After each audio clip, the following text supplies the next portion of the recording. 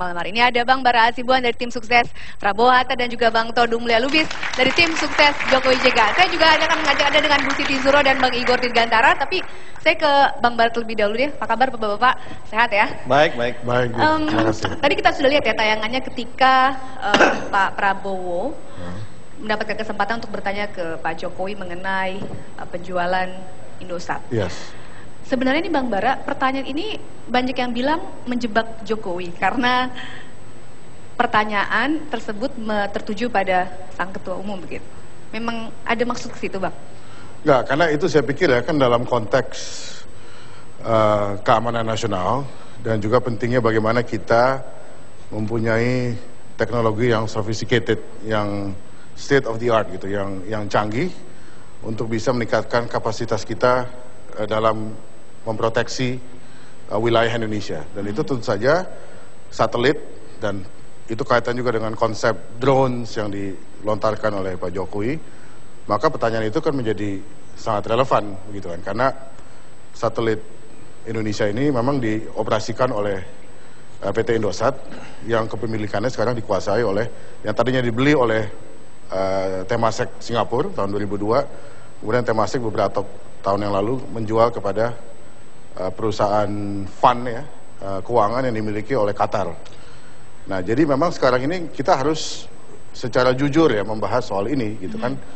Kalau memang Pak Jokowi melontarkan ide mengenai drones yang dipakai sebagai satu equipment, alat untuk menjaga keamanan laut Indonesia, maka bagaimana dengan infrastruktur dasarnya? Nah, salah satunya adalah soal satelit ini gitu. Jadi saya pikir pertanyaan itu juga sangat relevan, dan kalau kita sekarang mengatakan oh kita buyback saja, saya nggak tahu nih Bang Mulia Lubis kan seorang corporate lawyer. Apakah memang ada klausul di perjanjian itu atau waktu kita menjual dan sekarang sudah berganti kepemilikan, apakah kemudian pada akhirnya memang pada suatu waktu kita bisa melakukan buyback atau pembelian kembali atas kepemilikan Indosat? Saya menjadi lawyers yang ditunjuk oleh pemerintah Indonesia pada waktu itu untuk membantu BPPN. Ya. Nah, kemudian juga saya menangani kasus Indosat. Walaupun pada waktu itu saya mewakili Temasek ya, sebagai pembeli. Tapi kalau ditanyakan kenapa itu dijual, ya, saya kasih jawabannya simple. Tentunya Jokowi tidak merasa dijebak. Dia bisa menjawab itu. Pada waktu itu tidak ada presiden siapapun di Indonesia ini, apakah itu Megawati, apakah itu Habibie, apakah itu Gus Dur, yang bisa menghindarkan penjualan saham Indosat. Kita membutuhkan budget yang cukup besar untuk APBN kita, dan itulah konsekuensi dari krisis ekonomi yang kita hadapi. Kita nggak punya pilihan. Bang, kenapa pada saat itu tidak ditawarkan terlebih dahulu barangkali ke pemerintah daerah sehingga itu tetap milik kita, tidak milik orang lain? Tidak mungkin pemerintah daerah punya dana, punya cash untuk membeli 40% saham Indosat. Saya tahu bahwa kebutuhan kita sangat besar ya, tapi memang ada implikasi. Implikasinya kan memang kita tidak menguasai 100%, termasuk satelit yang kita bahas tadi. Tidak mustahil dan sangat mungkin kita membeli kembali. Sebetulnya juga bukan satelit yang kita harus buyback saja yang jadi soal. Kita bisa membeli satelit yang lain kalau tingkat pertumbuhan ekonomi Indonesia meningkat. Nah, Jokowi bicara mengenai angka pertumbuhan ekonomi 7%. Nah, kalau angka pertumbuhan 7% itu dicapai, kita akan punya surplus yang cukup besar. Nah, kalau untuk kepentingan pertahanan nasional itu diperlukan membeli satelit yang baru, memang tidak murah, tapi itu harus dilakukan. Apalagi tadi kita sudah berpikir mengenai modernisasi alutsista Indonesia. Bang, nanti kita akan berbincang ini lebih dalam lagi karena rekan saya ini akan juga punya pendapat lain kira-kira mengenai debat kemarin. Ari, nonton dong ya? Nonton, debat kemarin pasti. ya? Yes. Saya kasih kesempatan deh nih Ari, silakan deh. Oke, thank you Mita. Selamat malam, apa kabar semuanya? Baik. Keren. Jadi dinamika persaingan capres dan cawapres ini luar biasa ya. Jadi kalau misalnya ada survei ya, survei tentang hal-hal apa yang paling dibicarakan oleh masyarakat Indonesia beberapa minggu ke depan, saya yakin jawabannya ada 3. Yang pertama, pemilihan presiden. Yang kedua, Piala Dunia. Yang ketiga, bulan puasa. Nah, jangan lupa, nanti pemilihan presiden itu dilakukan tanggal 9 Juli, itu juga waktunya bulan puasa. Jadi kalau ada tim sukses yang dengerin, ini saya kasih tips. Gimana caranya supaya pasangan capres dan cawapres Anda itu semakin bisa menarik suara rakyat. Isu-isu bulan puasa ini harus dikedepankan. Misalnya, kalau saya terpilih jadi presiden, beduk maghrib akan saya cepetin. Tapi beduk maghribnya ya, bukan azannya. Jadi kalau udah tek tek tek tek dung dung dung dung, lo udah minum, itu salahnya lo. Azannya nanti. Ya? Terus ada masalah utama, terutama ganggu para ibu-ibu. Misalnya kalau gue jadi calon presiden, gue akan bilang, masalah kita setiap bulan puasa ini akan saya beresin. Saya akan cari sampai ketemu yang namanya si hilal. Ya? Karena si hilal ini tiap bulan puasa kemana sih dicari-cari? Nggak pernah ketemu. Nggak ngerti namanya hilal, Mbak? Hah? Ketahuan nggak pernah puasa dia. Ya? Terus ada lagi pembahasan yang keren ya. Kalau kita lihat debat capres kemarin, kita membahas masalah drone. Drone ini pesawat tanpa awak, canggih. Calon presiden kita ini pembahasannya udah tingkat tinggi semua. Lu bayangin ya, Indonesia tuh luas kawasannya. Itu jadi untuk ngawasin itu ada lautan, gunung, danau, sungai itu diawasin pakai drone. Jadi drone itu akan terbang begitu di atas sungai, atas danau, dia akan muter-muter terus nih. Soalnya sekarang masih banyak di Indonesia kembang desa yang suka mandi di danau sama di sungai. Ya. Gue takutnya ini pesawat tanpa awak, tiba-tiba dia mendarat, pesawatnya jalan, terus ngambil selendang. Ini drone apa Jakartarup? Ya kan? Tapi itu kalau sampai ketahuan komandannya di pangkalan, kamu ngapain nonton gituan? Fokus kerja, siap dan. Ini USB yang tadi di-download dulu ya. Ntar jangan-jangan gitu ya. Terus calon presiden kita juga membahas soal satelit. Ini juga luar biasa. Sempat dibahas katanya kita nggak punya satelit. Saya waktu itu mau ngomong, siapa bilang kita nggak punya satelit? Kita punya yang namanya Gatot Kaca. Gatot Kaca kan nongkrongnya di udara, tinggal dikasih parabola. Sebelumnya tadi kita sudah berbincang sedikit mengenai ketika Pak Jokowi menjawab pertanyaan Prabowo mengenai aset yang dijual, aset strategis dalam hal ini adalah Indosat. Saya ke Bu Siti terlebih dahulu deh, Bu. Kemarin ketika awal debat, kedua capres ini diberikan kesempatan untuk mengemukakan visi dan misi terlebih dahulu.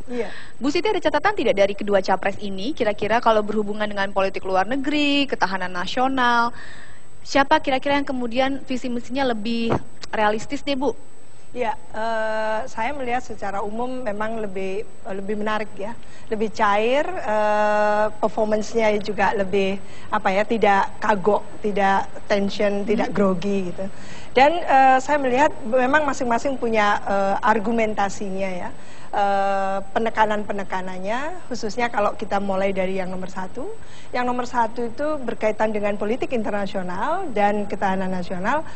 Landasannya itu sangat kokoh menurut saya ketika mengatakan bahwa kita tidak mungkin menjalankan politik luar negeri yang sangat percaya diri ya, bisa duduk sama rendah berdiri sama tinggi gitu ya, dan kita punya wibawa tanpa kita menyelesaikan masalah domestik kita. Jadi domestik ini yang fokusnya adalah kesejahteraan masyarakat, itu yang dibenahi dulu di dalamnya. Jadi begitu ya. Ini bagus sekali menurut saya karena ada keperpihakan yang sangat jelas dan itu merujuk pada pembukaan konstitusi kita, yaitu untuk mensejahterakan masyarakat.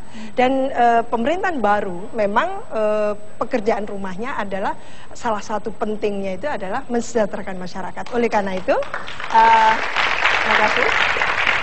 Karena itu memang ini yang sebetulnya ditawarkan ya, karena tidak mungkin visi misi itu menjadi menarik kalau tidak disampaikan dengan menunjukkan keberpihakan pada masyarakat. Oke, itu ya. Nomor urut satu. Nomor urut duanya Bu Siti punya catatan tidak? Yang nomor urut kedua langsung menekankan pada pentingnya melakukan satu kebijakan luar negeri yang tidak hanya G2G ya, government to government, tapi juga ada business to business, ada people to people dan sebagainya, itu yang intinya sebetulnya bagaimana Indonesia menjalankan politik bilateral, multilateral dan berperan ya, baik secara regional maupun internasional, itu Indonesia semakin bagus, kan seperti itu. Kita tidak mendengar yang vokal sekali dari Pak Jokowi dalam konteks bagaimana membenahi domestik ini untuk memperbaiki wajah kita ke depan. Nggak terdengar tuh saat debat kemarin. Iya. Nah, Bu, paling tidak bukan visi misi yang sudah ditulis, tapi yang disampaikan waktu itu. Ya. Pada saat kedua capres ini diberikan kesempatan untuk bertanya. Nah, giliran Pak Prabowo bertanya soal Indosat. Iya. Ada yang kemudian menilai ini serangan balik Pak Prabowo nih ke Pak Jokowi setelah debat-debat kemarin. Pak Jokowi ini kayaknya menyerang terus. Bu Iya. Siti melihatnya ini seperti serangan balik ke Pak Jokowi tidak? Kalau kami publik, apalagi bukan ekonom, kita tidak tahu kalau itu pertanyaan serangan ataupun apa. Tapi yang diharapkan oleh publik secara umum adalah jawaban-jawaban yang menunjukkan bahwa dia punya kapasitas untuk membenahi satu kebijakan yang katakan tempo lalu itu adalah kurang bagus dan tidak menguntungkan untuk Indonesia.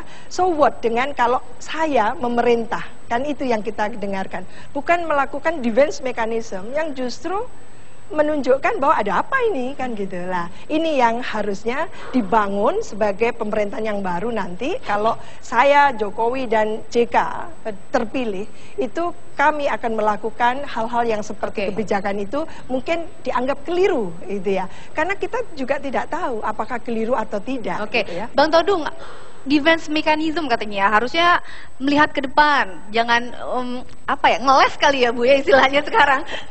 Nggak, kalau menurut saya bukan defense mechanism, itu restating the facts. Menyatakan kembali fakta-fakta yang difahami oleh Jokowi, mengapa Indosat itu dijual pada waktu itu. Karena memang kondisi ekonomi kita secara objektif tidak memungkinkan untuk mendapatkan budget yang cukup untuk APBN, yang tidak kecil.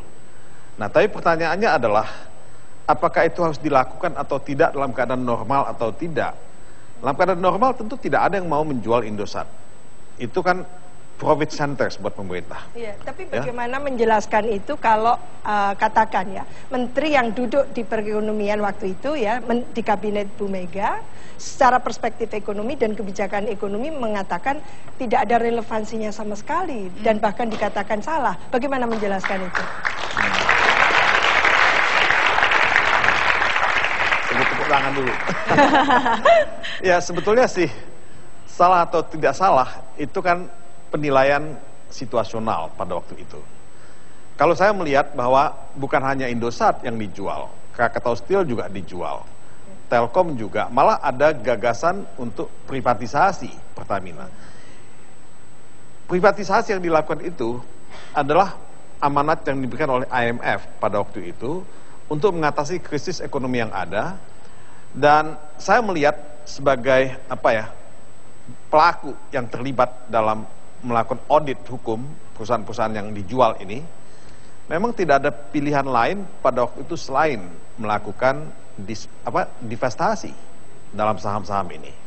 Tapi sekali lagi, tentu saya tidak menafikan pasti ada perbedaan pendapat kenapa industri yang disebut strategis ini dijual. Ya, tapi itu yang paling laku pada waktu itu. Yang lain belum tentu laku. Nah, ini memang pilihan, judgment call yang tergantung pada situasinya. Iya, kalau saya sedikit saja ya.